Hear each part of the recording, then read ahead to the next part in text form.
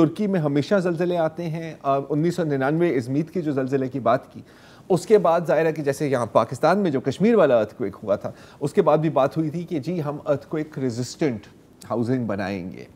اب مانا کہ ترکی کا انتظامیہ ہمارے سے تھوڑا سا بہتر ہے, لیکن اتنا بھی بہتر نہیں ہے. اور وہاں پر بھی ابھی میں جو بھی رپورٹس پڑھ رہا تھا ٹی آر ٹی پہ یا الجزیرہ پہ یا بی بی سی پہ, ان میں یہی کہا جا رہا ہے کہ اگر زیادہ سے زیادہ 4 سے 5% بلڈنگز بنی ہوں گی جو ارتھکویک ریزسٹنٹ ہے, باقی وہی کھلا کھاتا چل رہا ہے. اور آپ دیکھتے ہیں ساری ویژولز میں کہ گرے ہوئے ہیں. جی مبشر, آپ ریسکیو آپریشنز کی بات کر رہے تھے, تو صبح سے مجھے بہت میسیجز آئے ہیں یہاں پر پاکستان سے ہی اور پاکستانیوں کے ہی, اور وہ یہ سوال پوچھ رہے ہیں کہ مطلب مانا کہ دینے کے لیے ہمارے پاس زیادہ کچھ نہیں ہے, لیکن جو لوگ مدد کرنا چاہتے ہیں وہ کن تنظیموں کے ساتھ سے رجوع کریں؟ اگر آپ تھوڑی سی ہمیں اس میں بارے میں انفارمیشن دے سکیں. جی ذرا, جب یہ زلزلہ آیا تھا تو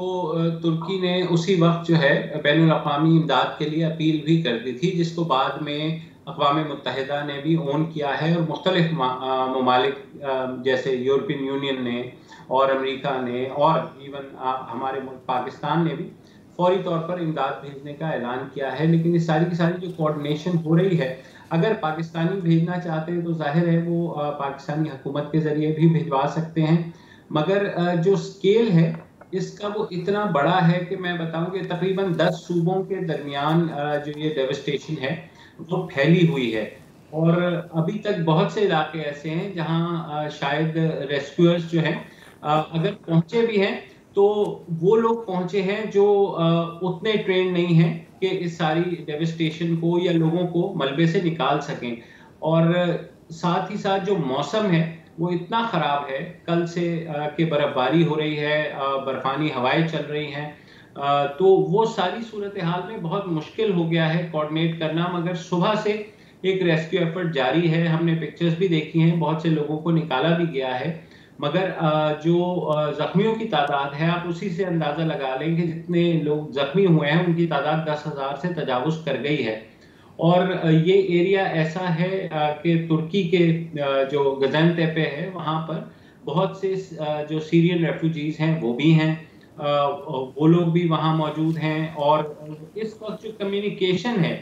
ان علاقوں کے ساتھ وہ اس حد تک تو ہے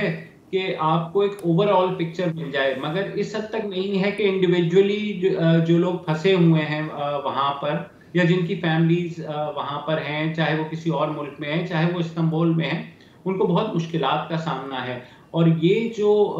ایفرٹ ہے یہ شاید ایک دن پر محیط نہیں ہوگی, اس میں شاید ایک ہفتہ لگ جائے. اور آپ کو پتا ہے کہ ہماری جو یہاں بات ہوئی ہے جتنے بھی ایکسپرٹس کے ساتھ, وہ یہ کہتے ہیں کہ اس میں 48 گھنٹے بہت اہم ہیں, کیونکہ موسم اتنا